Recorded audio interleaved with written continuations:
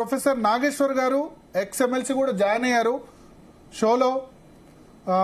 Assembly ఎన్నికల్లో మీరు ఏ పార్టీకి ఓటేస్తారన్నప్పుడు రెండు టై అయింది. అయితే సీట్స్ వైజ్ ఎట్లా ఉంటుంది?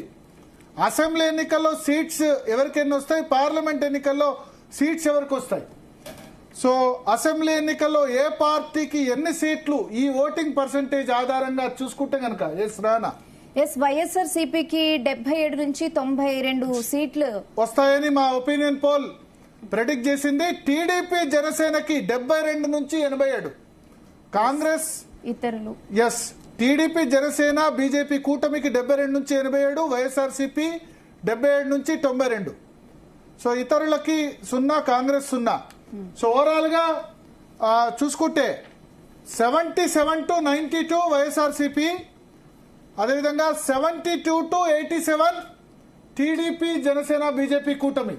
ఓకే, సో దాదాపు సమానమే. కొంత ఎడ్జ్ వైఎస్ఆర్సీపీకి కనిపిస్తుంది. 88 వస్తే మెజారిటీ, 170 సీట్లు ఉన్న దానిలో 88 వస్తే మెజారిటీ. బట్ ఫ్యూ సీట్స్ అంటే ఒక 5 సీట్స్ సంబంధించి చూసుకుంటే ఒక 5 సీట్ల నేరో మార్జిన్ వైఎస్ఆర్సీపీకి ఉంది. ఎందుకంటే ఇది కూటమి ఓట్లు, వైఎస్ఆర్సీపీ మాత్రం సింగిల్ ఓట్లు. ఈ కూటమి ఓట్లు ఇంతకుముందు నాగేశ్వర గారు చెప్పినట్టు అది ఎంతమేర కన్వర్ట్ అవుతాయో అనేది మనం చూడాలి. ఒకరు ఓటు ఒకరు కన్వర్ట్ అవుతుందో. అందువల్ల కొంత థిన్ ఎడ్జ్ వైఎస్ఆర్సీపీకి ఉంది. బట్ ఇది చాలా టైట్ ఫైట్ గా మనం చెప్పాల్సి ఉంటుంది. 77 to 92 TDP Janasena, 72 to 87. Yes, quick comment Chalasani గారు, మనం క్లోజ్ చేయాలి. ఇది అంటే నేను చెప్పాను కదండి, ఒకవేళ వైఎస్ఆర్ కాంగ్రెస్ పార్టీ కనుక రేపు పొద్దున మన ఇప్పుడు everybody playing cards close to chess, especially YSR Congress వ్యక్తి ఇంతవరకు తన మేనిఫెస్టో ప్రకటించలేదు. మిగతా పార్టీలు ప్రకటించినాయి. బీజేపీ ఒకటే రావాల్సి ఉంది. సరే, వారి క్యాండిడేట్ కూడా ఇంతవరకు డిసైడ్ చేయలేదు. అందువల్ల ఆ పరిగణలో తీసుకుంటే అప్పుడు మీరు అన్నది సాధ్యం అవుతుంది అనుకుంటున్నానండి. కానీ బిఫోర్ దట్ మాత్రం నా అభిప్రాయం, ఎందుకంటే లాస్ట్ టైం 141 స్థానాల పైన వైఎస్ఆర్సీపీ వస్తానని చెప్పినప్పుడు నన్ను ఏ విధంగా ట్రోల్ చేశారో వాళ్ళు తెలుగుదేశం అధినాయకుడు పక్కన మాట్లాడుతూ కూడా మానేశాను. వేరే సంగతి. నేను కూడా చెప్పానండి మీకు కూడా మన ఉన్నట్టున్నాం ఇవాళ కాంగ్రెస్ పార్టీకి ఎన్ని సీట్లు వస్తాయి. అందుకని నాకున్న అభిప్రాయం నిర్దిష్టంగానే ఉంది. లేకపోతే నా అభిప్రాయం ప్రకారం ఇవాళ కూడా జనసేన, తెలుగుదేశం ఆఖరికి మనకి అన్యాయం చేసిన బీజేపీ కలిసినా సరే వాళ్ళకి ఆధిక్యం వచ్చే స్పష్టంగా కనపడుతుంది.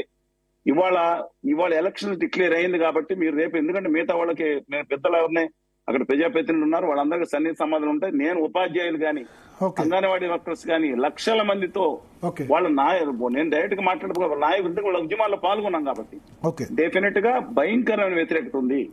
ఇది నేను చెప్పింది వాస్తవం. అందుకని ఇది మైనస్ అయ్యే అవకాశం ఉంది అన్లెస్ ఆయన సామాజిక సంక్షేమ పథకాలు తీసుకొచ్చి ముందు వస్తే తప్ప పోటీలో ఉండకపోవచ్చు. గట్టి పోటీలో నా అభిప్రాయం క్లియర్ గా ఉంది. కోటేశ్వర గారు క్విక్ కామెంట్. డెఫినెట్ గా ఓటింగ్ రీచ్ చూసినా లేదా సీట్ల రీచ్ చూసినా గానీ 50-50 ఛాన్సెస్ అనేటువంటివి ఉన్నాయి తప్ప అబ్సల్యూట్ గా మాకు సంపూర్ణమైనటువంటి మెజారిటీ తోటి వస్తుందని ఎవరు చెప్పుకోవడానికి లేదు. ఒకటి. రెండోది, నాగేశ్వర గారు చెప్పినటువంటి ఫ్యాక్టర్స్ గతంలో కూడా పనిచేశాయి. గతంలో బీజేపీ 35 లక్షల మంది సభ్యులు ఉన్నారు మాకని చెప్పుకుంది 2019 ఎన్నికల్లో. కానీ ఆ పార్టీకి అన్ని ఓట్లు రాలేదు. అందువల్ల ఆ పార్టీ వాళ్ళే ఆ పార్టీకి ఓటు చేయలేదు, మొత్తంగా పోటీ చేశారు కదా రాష్ట్రం అంతటా. అటువంటి పరిస్థితుల్లో రెండోది, తెలుగుదేశానికి సంబంధించినటువంటిది నేను అక్కడ ఆ ప్రాంతానికి చెందిన లేకపోతే మొత్తంగా రాష్ట్ర రాజకీయాలను చూసినప్పుడు అనేక ప్రాంతాల్లో ఓటు ట్రాన్స్ఫర్ కి సంబంధించినటువంటిది ప్రాబ్లమ్స్ ఉన్నాయి.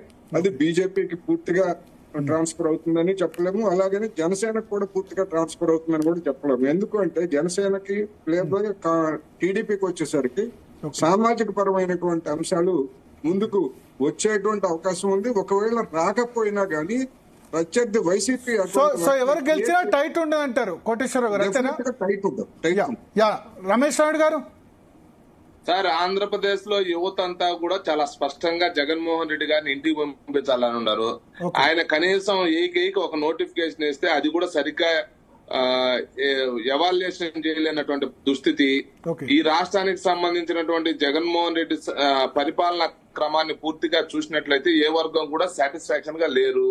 దాంట్లో ముఖ్యంగా మహిళలు ఎవరైతే ఉన్నారో సొంత కుటుంబంలో ఉన్నటువంటి సభ్యులు ఎవరైతే ఉన్నారో వాళ్ళే ఎమోషనల్ గా రోడ్ల మీదకి వచ్చి మాట్లాడేటువంటి పరిస్థితి.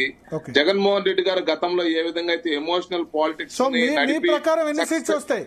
మీ ప్రకారం ఎన్ని సీట్స్ 100% ఆంధ్రప్రదేశ్ లో ఏకపక్షంగా కూటమి అధికారంలోకి రాబోతుంది. నరేంద్ర మోడీ గారు రేపు వచ్చి సభ పెట్టిన తర్వాత నుంచి రేపు ఎన్నికలు జరిగేంత వరకు 5 to 8% తప్పనిసరిగా మార్జిన్ ఆ విధంగా పెంచుతాడు నరేంద్ర మోడీ గారు. పర్సెంటేజ్ 1-2% ఉంటే 5 to 8% అదే కలిస్తే 1+1 అనేది మ్యాథమెటిక్స్ లో డిఫరెంట్ గా ఉండొచ్చు, కానీ రాజకీయాల్లో డిఫరెంట్ గా ఉంటుంది. ఓకే ఓకే రాష్ట్రానికి సంబంధించి ఇజ్రాయెల్ గారు మీకు కొంత ఎడ్జ్ కనబడుతుంది. 77 to 92, టీడీపీ జనసేన 72 to 87. ఇది ఇంకా 50 రోజులు ఉంది కాబట్టి ఎలక్షన్ ఎక్కడి వరకు వెళ్తుందో చెప్పలేం. పోల్ మేనేజ్మెంట్ చాలా crucial, undecided voters crucial. But ఇవాళకి చూస్తే కనుక ఓటింగ్ పర్సెంటేజ్ సేమ్ ఉంది, బట్ సీట్లలో మాత్రం వాళ్ళది కూటమిలో ఎంత మేరకు కన్వర్ట్ అవుతుందో ఉంది కాబట్టి నారో ఎడ్జ్ మీకు కనబడుతుంది.